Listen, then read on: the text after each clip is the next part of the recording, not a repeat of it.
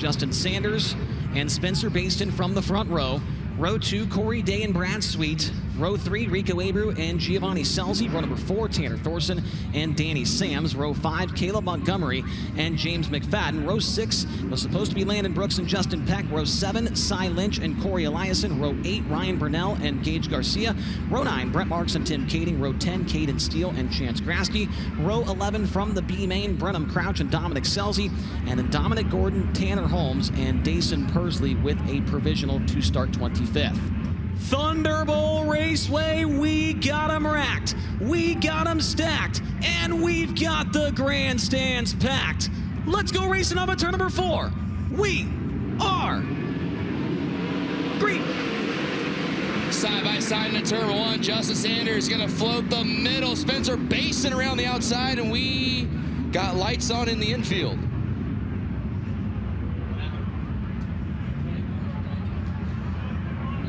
And a problem for Rico Abreu, the left front. He must have hit a tractor tire there on the start. We've got a replay coming up. He started inside row 3. You'll see him right there. The white 24 gets on the throttle.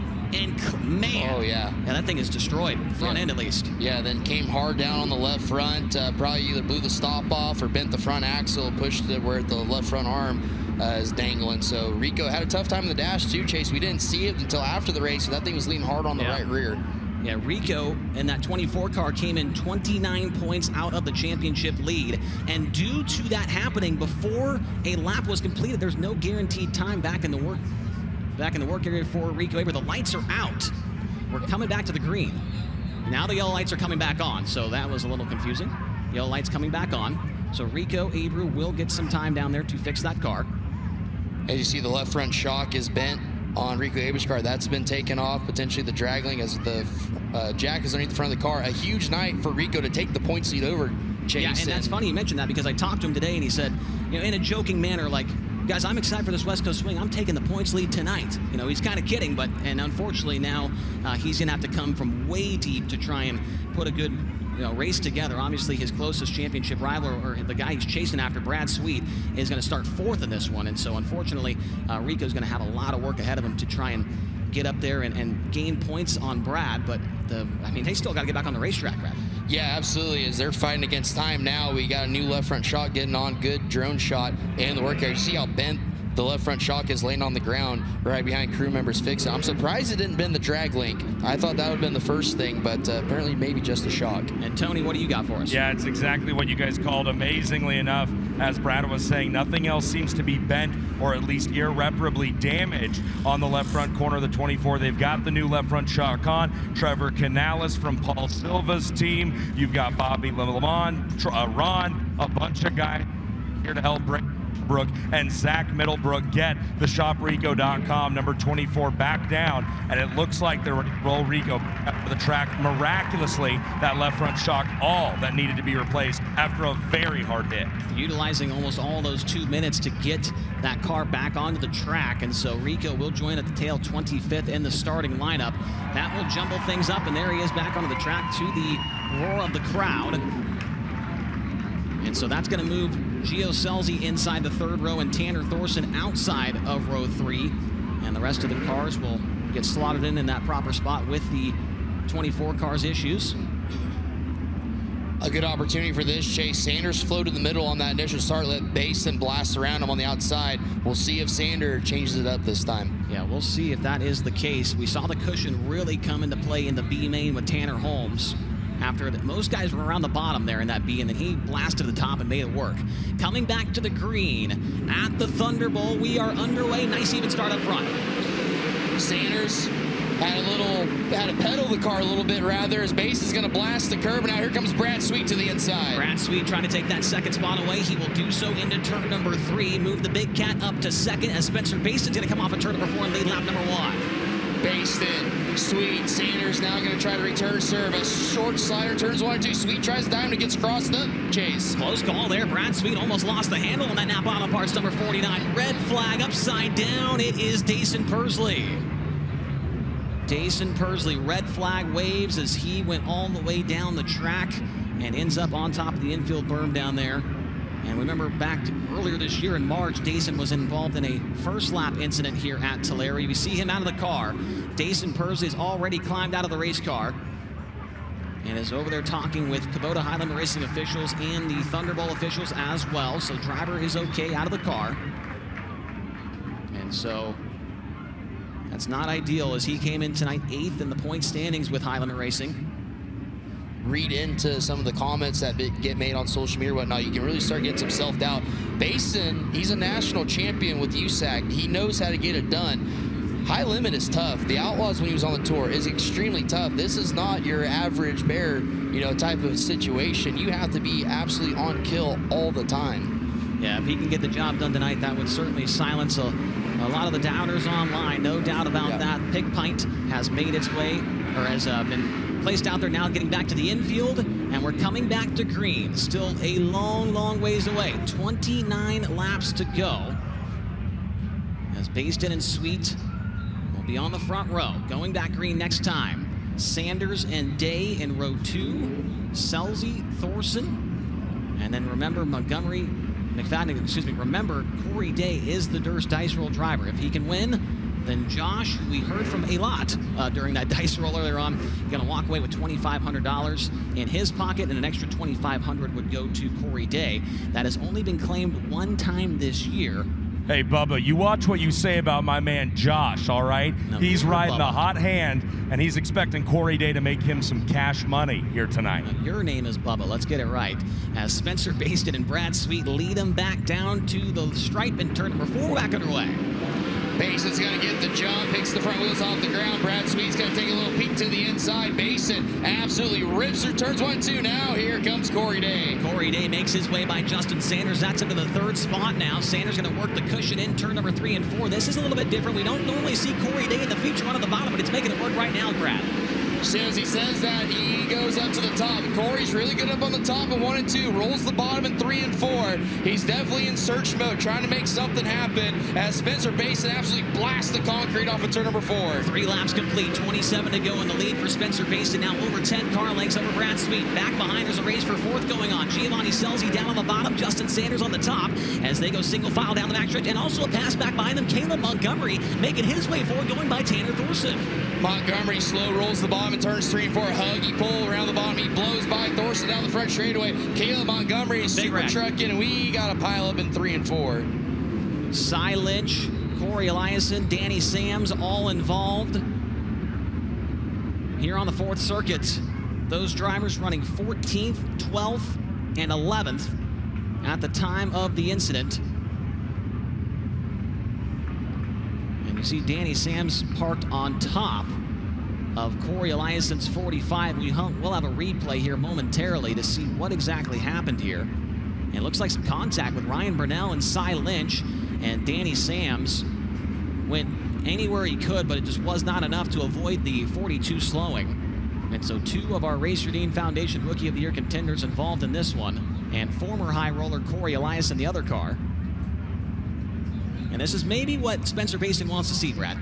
Obviously traffic here is just so crucial to get through traffic at the Thunderbowl, and if he has to do that less and less, then he's going to enjoy that. Looks like we will have a red flag coming out here, as Danny Sams' car is now off the top of the 45, Corey Eliason. I'm sure we'll see a couple of these drivers, Lynch, Sams, Eliason, maybe any of those guys going to the work area. It looks like Cy Lynch is on his way there now. Cy Lynch won his heat race last time back in March. Unfortunately, he crashed early on that feature as well. He ran 20th here a few months back.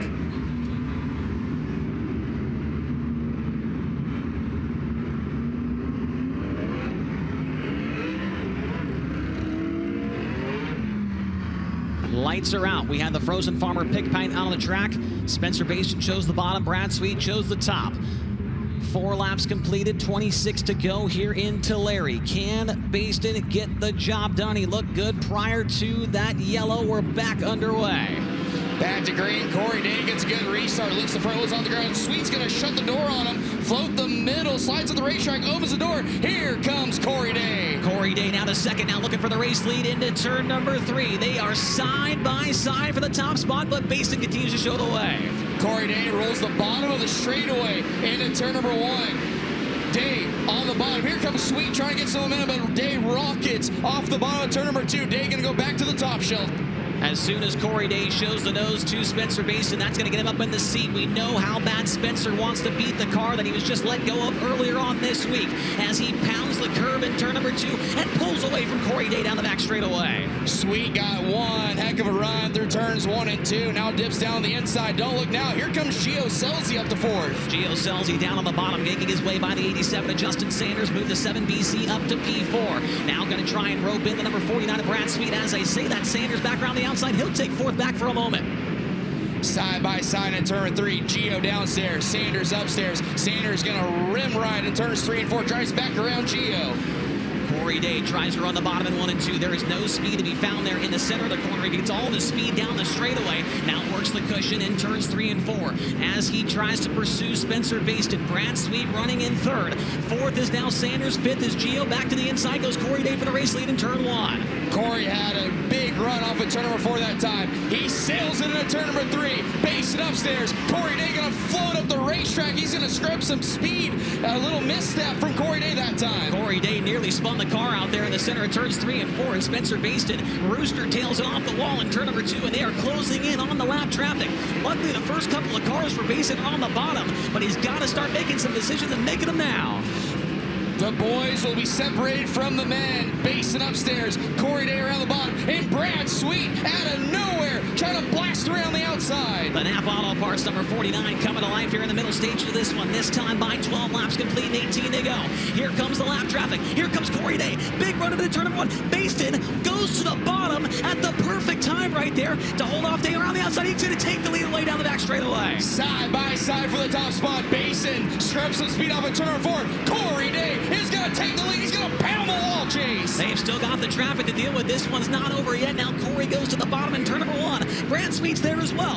3-car battle for the race lead at the Thunderbowl down the back straightaway. That's about the best. Corey Day's rolled the bottom this entire main event. Turns 1 and 2. Gets back at the top. Slaps the cushion off of turn number 4. Corey Day starts to pull away, but traffic is looming in the vision of the 14. They are side by side up in front of your race leader, Chance Grasty and Danny Sams III. They have not put any lap cars to the wayside. Here comes Brad Sweet for 2nd into turn 3. Goes to the middle. Spencer Bayston around the outside. He'll maintain the 2nd spot as Day is struggling to get by some of these slower cars. Grasty kind of moved up the racetrack. Corey had to get out of the throttle a little bit. They're side by side right in front of him. Which way does Corey Day go? He's going to thread the needle in turns 3 and 4. A super slider on Danny Sams. Corey Day, are you not entertained? Corey Day gets a little banana splitty right there into turns 3 and 4. Gets by Danny Sams, gets by Chance Grasty, and puts some distance and some cars between himself and Spencer Bayston. But he's still got some work to do, and Bayston's not going away. Brad Sweet still running in 3rd. A great battle continues on for 4th. It's Sanders up on the fence and Gio Scelzi down low. Sanders got back by around Gio. Gio going to try to work the bottom side of the speedway. Sanders kind of floats into the middle, slides with the cushion. Now chase. Here comes Brad Sweet all over Spencer Bayston. Brad Sweet going to look low into turn 3. Tries to run the middle. It's not going to work, and Bayston goes back around on the outside as Corey Day's got his hands full. They're 3 wide in front of your race leader. Lynch, Dominic Gorden cautions out. Yellow, yellow, yellow.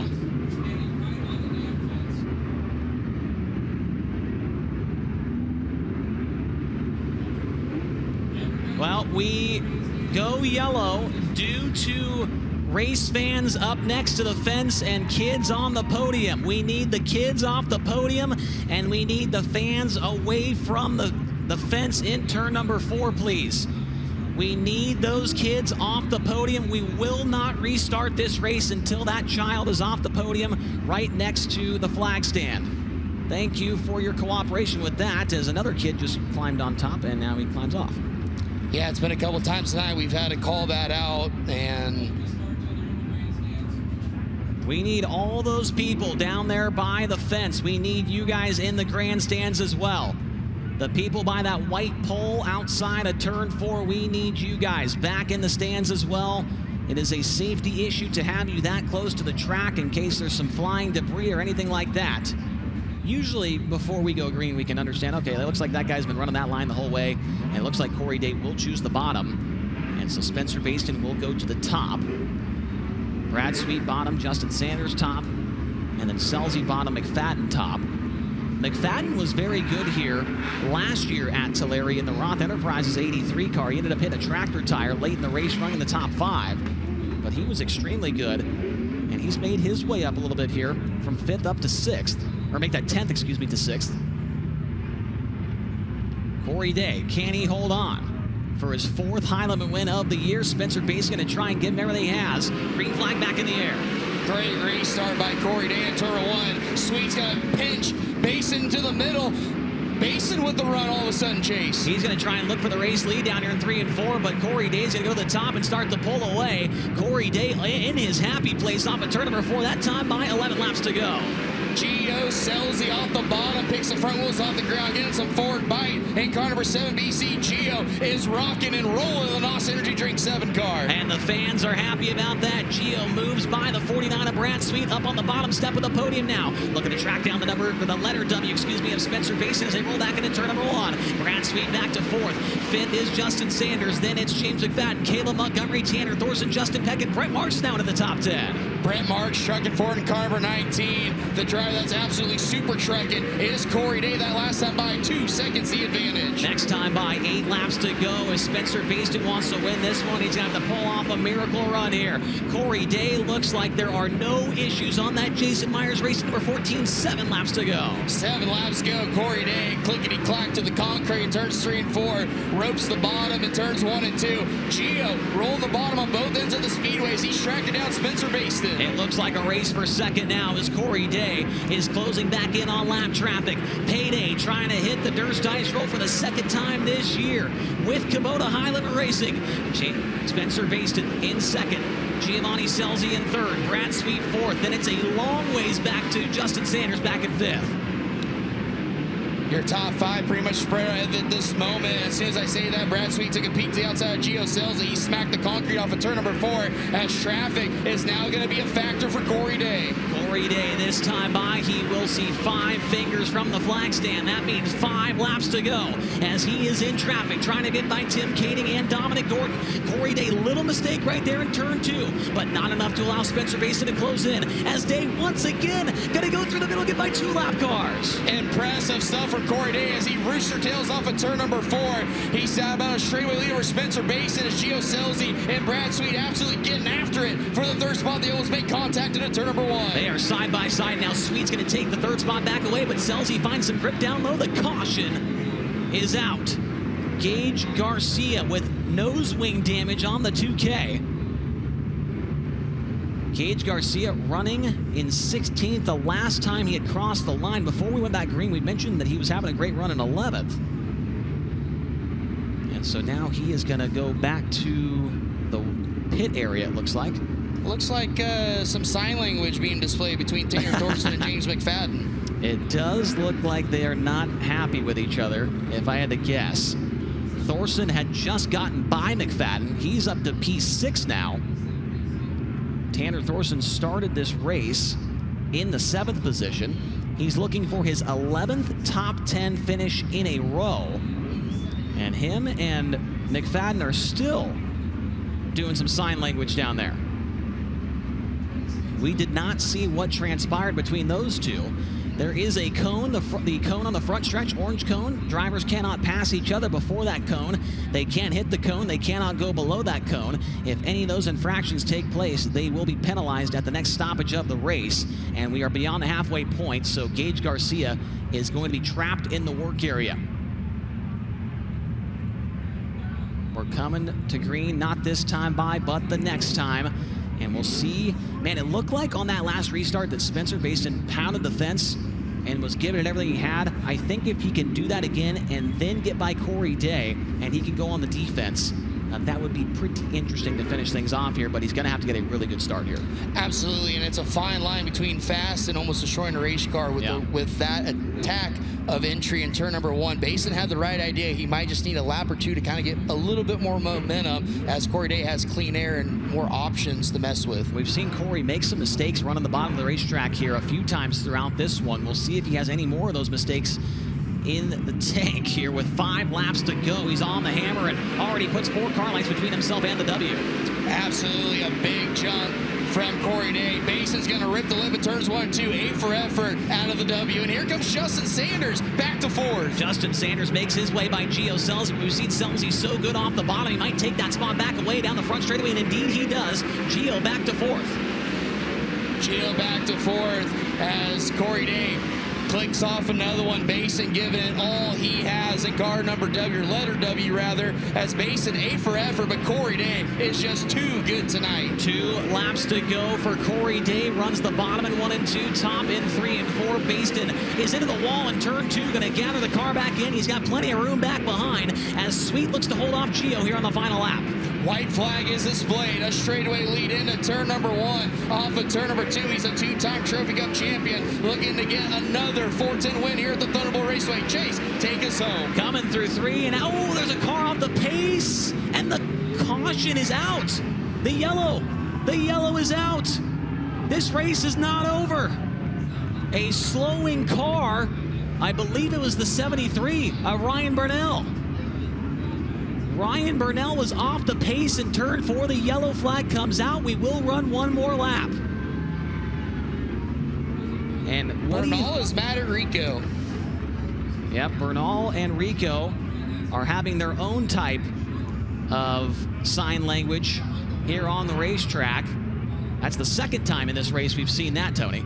You know, Chase, just something about when teams of guys come out here to the West Coast and they've got to stay cramped up and work with each other for days and days on end, things can get a little testy. I don't know if you know anything about that, but I'll tell you what, Corey Day has driven a very smart race to this point, making that number 14 work around a place we don't normally see Payday work, and that's the bottom. Spencer Bayston, though, selling out, giving everything he's got to the top side. I saw him kind of riding the wall on the exit of turn number 4 last time by. It'll be interesting to see how much that race car he's got left underneath him. Yeah, this is going to be very interesting. If he can keep him within 2 car lengths into turn 1, things could get wild here at the end. Green flag comes back out. We'll see who wins this one, Brad. Corey Day gets another great restart. He's going to tiptoe the bottom. Bayston going to let it all hang out upstairs. This is the best run he's had in some time on a restart through turns 1 and 2, Chase. Coming around to the wave of the white flag. 1 to go for Corey Day. He pulls away from Spencer Bayston as Brad Sweet and Scelzi continue to go at it for the 3rd spot with Justin Sanders right behind him. But down the back straightaway and into turns 3 and 4 for the 4th time this year. It is Friday, so that means it's payday. Corey Day wins at the Thunderbowl. Spencer Bayston 2nd, 3rd at the line goes to Scelzi. Brad Sweet 4th, and Justin Sanders ends up in 5th. Wow, Scelzi by about 6/100ths of a second takes 3rd at the line, but Payday is your winner tonight. He hits the Durst dice roll for the 2nd time this year, meaning an extra $2,500 going to him and an extra $2,500 going to a race fan here tonight. He's ready to climb up top. Let him hear you, Corey Day. And he is pumped up down there to get his 4th high limit win of the year. We are here in Whiskey Myers Victory Lane on the Tulare Thunderbowl Raceway podium. Corey Day, high fives, fist bumps, and some hugs. Tulare, California, he can hear you now and he can see you. Corey Day's your winner. Just like you drew it up, right? Yeah, something like that. Man, you were making that thing work around the bottom. I know you're capable of driving a race car down around the inside of a racetrack, but it's not normally where we see you. Was that a challenge tonight to make the car rotate down low in both corners?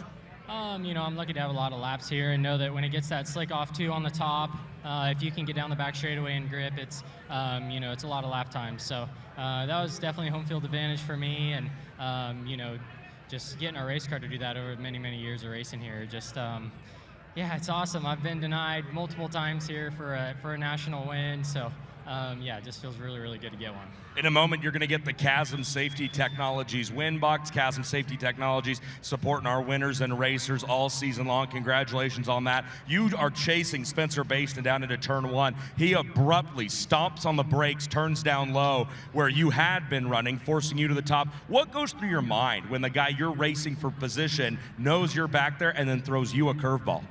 You know, that's just the beauty of sprint car racing is just, you know, all those drivers have the ability to be able to make a split-second decision like that. And, you know, I've prided myself over these past couple of years to being able to make the right decision in a split second, not just, you know, a stupid one. So, yeah, I knew that he was, you know, really fast to go to the bottom in 1 and 2. I missed it on a restart, and it was really, really hard to hit. You had to be really slow in the straight, and he got off in there really hard. So I knew if I caught the cushion, you know, I'd hopefully beat him at the other end, and worked out. Now, I don't want to step on our Angel donors' toes, but I do believe we're still rolling with the alumni program. So as a high roller from last season in 2024, alumni drivers who win with the series in 2025 are entitled to send $1,000 of our Angel donors' money to any charity of their choosing. It's been a while, but with your victory here tonight, where would you like to send our Angel donors $1,000? Driven to Save Lives. I'll sound like a broken record here, but you know, they support me in my racing, and you know, have for the past couple years. So if I got any chance to give back to them at any point, I'm going to do that, and this is a perfect chance to do that. All right, there's a bunch of Thunderbowl faithful here with us. How much do you love this place? Man, yeah, I love you guys so much. It's you know, not often I get to come race at home much anymore, but you know, this is my favorite track in the country, and it's got the best fans in the country too. So thank you guys for packing this place every single time we come here. You know, it means a lot to us drivers and you know, everyone involved with this place. So you know, thank you fans, thank you to my whole team. We've been through, you know, a little bit of a rework this past week, and you know, for them to still prepare a race car as good as that one was, and you know, everything to still you know, go as smoothly as it should is just shows how good they all are. So big thanks to Shane. You know, Eddie was here tonight. Jason and Preston were here tonight. You know, Lucas, Lawton, for, you know, busting their butt all week.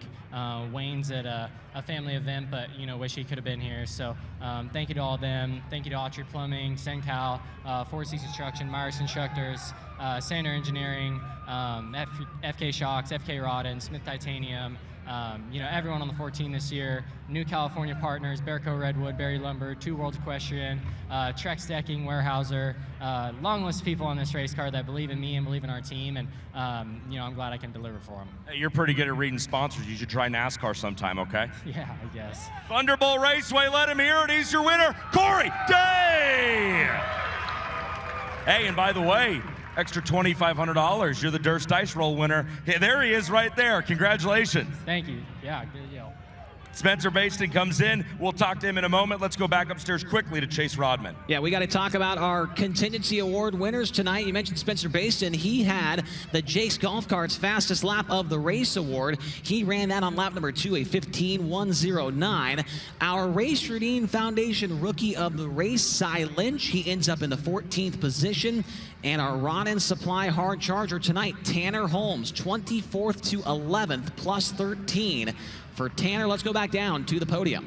Corey Day just got his Chasm Safety Technologies win box right there in his hand and debriefing with, can I say it yet, former teammate Spencer Bayston. You guys were not racing each other like teammates. That was holy war out there. What was it like from the seat of the letter W? It was a lot of fun. I told you earlier, you know, you asked me, you said, what do you feel? How do you feel? And I said, I feel refreshed. Just, I don't know, just really, really thankful to get the opportunity to come run this this W car tonight with Paul Silva and Kevin Kozowski and everyone's involved, Trevor. Just unloaded fast, and that's what we kind of had our fingers crossed for, you know, coming into this. And you never know jumping into a new car, you know, what it's going to do, what it's going to feel like. But we obviously unloaded quick in hot laps, QuickTime, made the dash, got a lot more comfortable in the dash, and obviously a bit, you know, more comfortable there. Just didn't quite have enough. I think at that point it's up to the driver to be able to step up in the seat, and that's something I just wasn't able to do. And Corey, that's obviously been his specialty, probably will forever be his specialty when it's like that. So really needed him just kind of make a mistake, but definitely, very thankful to be sitting or standing up here with you talking rather than sitting on my couch at home. So big thank you to my guys. Well, we're glad you're here as well, but we know you love watching live on Flo. I'm going to ask you an unfair question, but you just beat your season best result with Kubota High Limit Racing. You had one top 5 coming into tonight. You stand on the podium second after leading a good portion of that race. We know you and the 57W, or just the W, these couple of races, this is a short-term deal. After Skagit, we don't expect to see you in the car any longer, especially as the series heads back to the Midwest. What does this result and this start to the West Coast do to your plans for the rest of the year? Well, ultimately, we're just kind of playing it 1 week at a time. All we got playing right now is just to run a couple of these races down here and try to have a really good week next week at Gold Cup and kind of see what happens after that. I'm fortunate to not be in a position where I have to be thrashing to try to run every race from now until the end of the year, but want to pick and choose to run it with the right people. And this Works Limited car, Paul Silva, Kevin, just a great group of people. They were hustling all night and gave me an awesome piece to drive, and I'm really excited to run it here the next handful of nights. We're excited to watch you. Spencer Bayston, great job. Bayston comes home in second. The Hoosier driver stands on the podium here on the West Coast. We go to the West Coast with a son of the West Coast. I'm going to come up here and hang out with you if that's okay. Giovanni Scelzi. Not necessarily the circumstances we wanted to see you with us for the rest of the season, but man, we're grateful you're here. First off, how good does it feel to jump in behind the wheel of a new program to you and see speed right out of the gate like this? Yeah, it's a great group of guys. I've known Tim and Richard for a long time, and Jake, Bob, and Ron are all new to me, but they do an incredible job. So, we had a really good Knoxville Nationals. I felt like we just never broke into really podium and having a shot to win, but we had a solid 2 weeks with 360, Cappy, and 410. So, thank you, NOS Energy Drink, Cluster Marshall Racing, Spire, Gamebridge. There's a really cool group of guys in this team. Makes it have a lot of fun. And with Tyler Courtney sidelined, how much do you and him communicate? Obviously, Jake Argo, the crew chief on this car, your main point of contact as the night goes on. But just what's it been like transitioning into this unique super sub, #Dominic Scelzi role? Yeah, it's still Tyler's car. I'm just trying to help them guys out and do the best I can. But Tyler was a huge help at Knoxville. I wish he'd come out here with us. But where to run and kind of the things he felt throughout the race is instead of kind of learning it on the fly, he'd give me an idea of what the car usually does. So it's fast, I can tell you that, and I got a really good group of guys behind me. Giovanni Scelzi, we're glad to see you. I bet you're glad to be home, and we can't wait to see what you do the rest of this week out here. Thank you, appreciate it. That's Giovanni Scelzi taking the NOS Energy Drink, Clausen Marshall 7BC to a podium result in third. And if I can get Nate to turn around, it's a thin podium up here, but look at the crowd that is still hanging out with us and celebrating with our top 3 finishers. Thunderbowl Raceway, did you have a good time tonight, race fans?